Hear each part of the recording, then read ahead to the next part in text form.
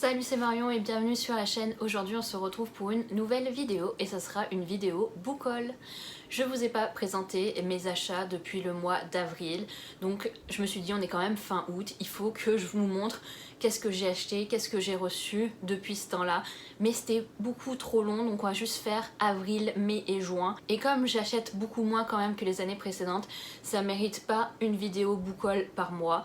Mais là vous allez voir, il y a quand même eu un peu de craquage, surtout au mois de juin. Pour le mois d'avril, j'ai 4 livres à vous présenter. Tout d'abord, il s'agit de Rule of Wolves de Leigh Bardugo que j'ai acheté chez Indigo pour avoir le bonus content que l'on trouve spécialement chez Indigo ou dans d'autres librairies, je pense Waterstones si on est au Royaume-Uni. Ce livre-là, je l'avais précommandé parce qu'il me faisait trop envie. J'adore tout ce qui touche au Grishaverse, donc forcément il me fallait la suite de cette duologie. J'ai commencé à le lire dès que je l'ai reçu. Malheureusement, il est en pause depuis le mois d'avril. J'arrivais pas du tout à accrocher. Je sais pas, ça l'a pas du tout fait. Est-ce qu'il fallait que je relise le tome précédent? Je ne sais pas, mais depuis il est en pause et je l'ai pas repris. Mais il faut absolument que je termine cette duologie, donc j'espère vraiment faire ça d'ici la fin de l'année. Mon deuxième achat, il s'agit de We Belong de Cookie Hipponia Everman. Ça a été notre lecture du mois d'avril avec Salomé de la chaîne Kiss the Librarian pour notre book club. Et si vous voulez en savoir plus, je vous mettrai ici un lien vers notre vidéo où on en parle et ce livre était une petite pépite. Les deux autres livres que je vais vous présenter au mois d'avril, c'est deux cadeaux que j'ai reçus de ma copine Amélie pour mon anniversaire qui sont arrivés en début de mois. Il s'agit du 5e tome de Marked Men de J. Cronover aux éditions J'ai lu. Il a été lu, c'est pas mon tome préféré mais on avance dans la saga. Et j'ai trop envie de savoir ce qui va se passer avec le dernier garçon qui lui n'est pas tatoueur mais que l'on connaît grâce aux autres tomes. Elle m'a aussi envoyé le 3e tome de Rebecca Keane de Cassandra O'Donnell, ici aussi chez J'ai lu. Je l'ai déjà lu donc c'est un livre de moins dans ma palle et je continue cette saga au fur et à mesure. J'ai lu le tome 4 mais en e-book parce que je ne le trouvais pas.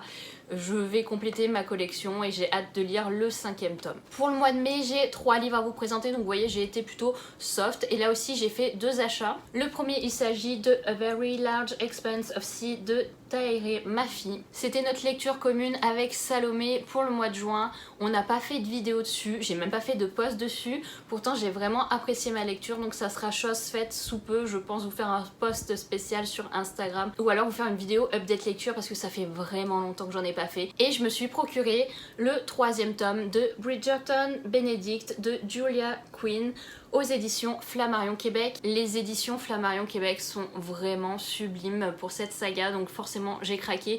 J'avais lu les 2 premiers tomes en e-book et là je me suis dit non, il faut que tu te procures la version papier parce qu'elles sont trop belles. Il va falloir quand même que j'essaye de me procurer le 1er et 2e tome histoire que ma saga soit complète en format papier. Parce que comme vous vous en doutez, je vais acheter la suite de cette saga. Depuis le mois de mai, je suis en partenariat avec les éditions Hachette qui distribuent aussi d'autres maisons d'édition ici au Québec et donc on m'envoie une liste de livres qui vont paraître dans le mois ou le mois suivant et j'ai le droit de sélectionner jusqu'à 3 livres qui pourraient m'intéresser et au mois de mai j'en ai sélectionné qu'un seul. Il s'agit de Disgrace de Brittany Setcheri aux éditions Hugo Roman dans leur collection New Romance. Brittany Setcheri, tous les romans qu'elle a écrits que j'ai lus, j'ai juste adoré. À chaque fois je passe un bon moment, c'est des bonnes romances, c'est pas les romances new adult avec du sexe pour rien, avec des romances toxiques, pas du tout, au contraire. Et là je vais vous faire une vidéo spéciale romance parce que j'en ai quand même lu pas mal cet été et ça mérite de revenir sur certains livres. Au mois de juin, ça a été un peu l'hécatombe. Autant comme vous voyez au mois d'avril-mai, j'ai quand même acheté 4 livres, donc on se dit c'est plutôt correct sur 2 mois. J'en ai reçu d'autres. Je les ai lus en plus, donc ça avance plutôt bien, je tiens mon challenge. Et là, au mois de juin, je suis rentrée en France pour le mariage de ma sœur. Et j'avais déjà précommandé des livres pour les récupérer en France. Donc au mois de juin, juste avant de partir en France, j'ai changé de travail. Et dans mon ancien travail, ils m'ont donné une carte cadeau. Et avec celle-ci, j'ai pu m'acheter le 4e tome de Bridgerton. Sauf le petit problème ici, c'est que... voilà, c'est pas un autocollant. Et en librairie, j'ai remarqué qu'on avait ce petit logo, un tome sur 2, donc je suis plutôt dégoûtée. Mais bon, qu'est-ce que vous voulez, ils n'arrivent pas à mettre des étiquettes qu'on puisse enlever, donc c'est dommage, ça gâche un petit peu la couverture, mais pareil, je l'ai déjà lu. Et comme vous pouvez le constater, je me suis dit que je m'achetais un Bridgerton par mois. Comme ça, j'aurais fini la saga d'ici la fin de l'année. Si vous avez vu ma dernière vidéo, il s'agissait d'un vlog. Quand je suis arrivée en France, j'ai vu Salomé de la chaîne Kiss the Librarian pendant 3 jours à Paris et on a fait des achats. Je vous remets ici aussi le lien vers cette vidéo. Tout d'abord, j'ai pris Regretting You de Colleen Hoover aux éditions Hugo Roman dans leur collection New Romance. C'était le Colleen Hoover que je n'avais pas pour la New Romance et pareil il a déjà été lu, je l'avais trouvé chez Gilbert Joseph d'occasion donc je suis trop contente. Et je me suis aussi procuré L'Empire d'écume d'Andrea Stewart, le premier tome, la saison d'os aux éditions Castlemore. Pareil, il a déjà été lu. Il reste pas longtemps dans ma palle, je suis plutôt contente. Pendant que j'étais en France, j'ai reçu 2 services de presse. Le premier, il s'agit de Lucky in Love de Casey West aux éditions Hugo Roman dans leur collection New Way. Celui-ci, je l'ai pas encore lu, il va faire partie de mes prochaines lectures. Je l'avais mis dans ma palle, je pense pour le mois de juillet et au final au mois de juillet j'ai pas tant lu que ça. J'ai été en quarantaine pendant 14 jours à mon retour de France parce que c'était une quarantaine obligatoire. Et je sais pas, ça a été la dépression de rester enfermée, je suis pas arrivée à me concentrer à lire. Donc qu'est-ce que j'ai fait? J'ai regardé que des séries télé ou j'ai joué à Animal Crossing. Voilà pourquoi ma palle de juillet elle n'a pas été complétée. Et j'ai aussi reçu En équilibre de Morgane Moncomble, toujours aux éditions Hugo Roman dans leur collection New Way.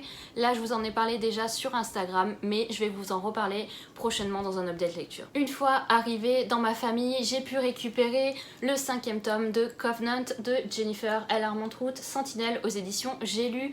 C'est le fameux livre que ma sœur m'avait envoyé pour mon anniversaire qui est arrivé au Canada dans sa petite boîte que Post Canada m'a jamais trouvé bizarrement alors que j'ai reçu d'autres colis pour mon anniversaire venant de ma mère aussi.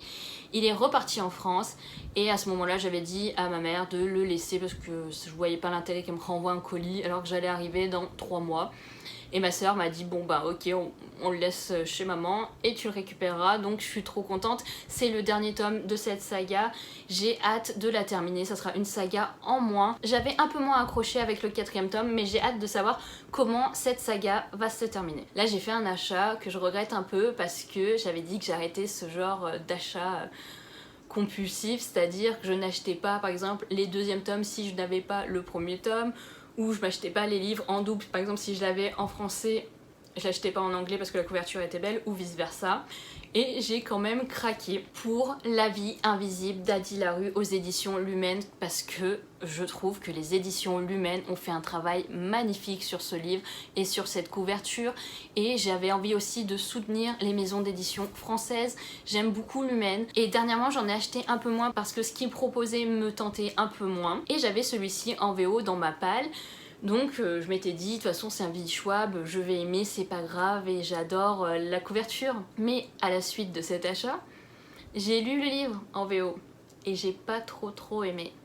Donc je me retrouve avec 2 exemplaires d'un livre que je n'ai pas spécialement aimé. Mais ma foi, je sais pas trop quoi faire pour le moment.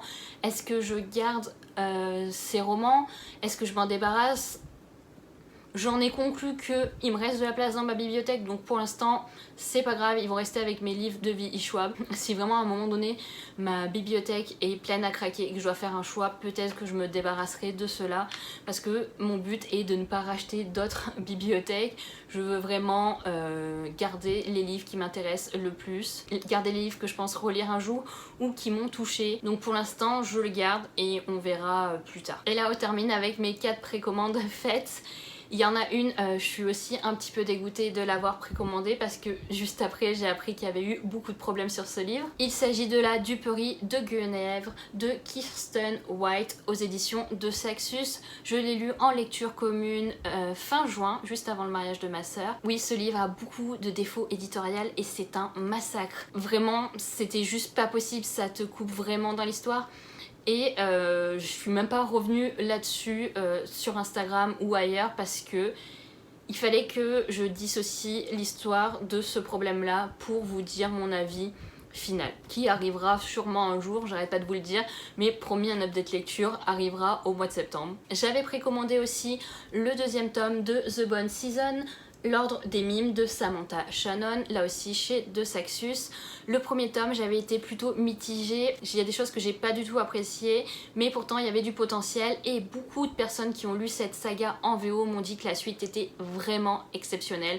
Donc je leur fais confiance, je n'ai pas encore lu ce deuxième tome, ça sera chose faite soit en septembre soit en octobre, mais si avec ce deuxième tome je n'aime toujours pas cette saga, c'est sûr que je me débarrasse du premier et du deuxième, parce que je vais pas les garder éternellement et je vais pas non plus acheter le troisième pour me dire si peut-être au troisième ça va être mieux. Non, au bout d'un moment, premier, deuxième, je fais l'effort, mais après pas plus. Je m'étais aussi précommandé le deuxième tome de Nevernight, les grands jeux de J. Christophe aux éditions de Saxus. Toutes mes précommandes étaient chez de Saxus. Pourquoi? Parce que là aussi j'ai le premier tome en hardcover et il y a quand même pas beaucoup d'exemplaires en hardcover au Québec, c'est-à-dire que si je le loupe, je sais pas quand est-ce que je vais pouvoir me le procurer ni rien, et de toute façon il me le fallait parce que j'avais beaucoup apprécié le premier tome et ce deuxième tome sera dans ma palle du mois de septembre pour sûr, parce que je vais pas le laisser traîner trop longtemps et que je suis sûre que le dernier tome sort d'ici la fin de l'année. Et le dernier livre de ce book haul, et surtout qu'il me fallait absolument dans toute cette précommande, parce que les autres oui je les voulais, mais celui-ci je le voulais plus que tout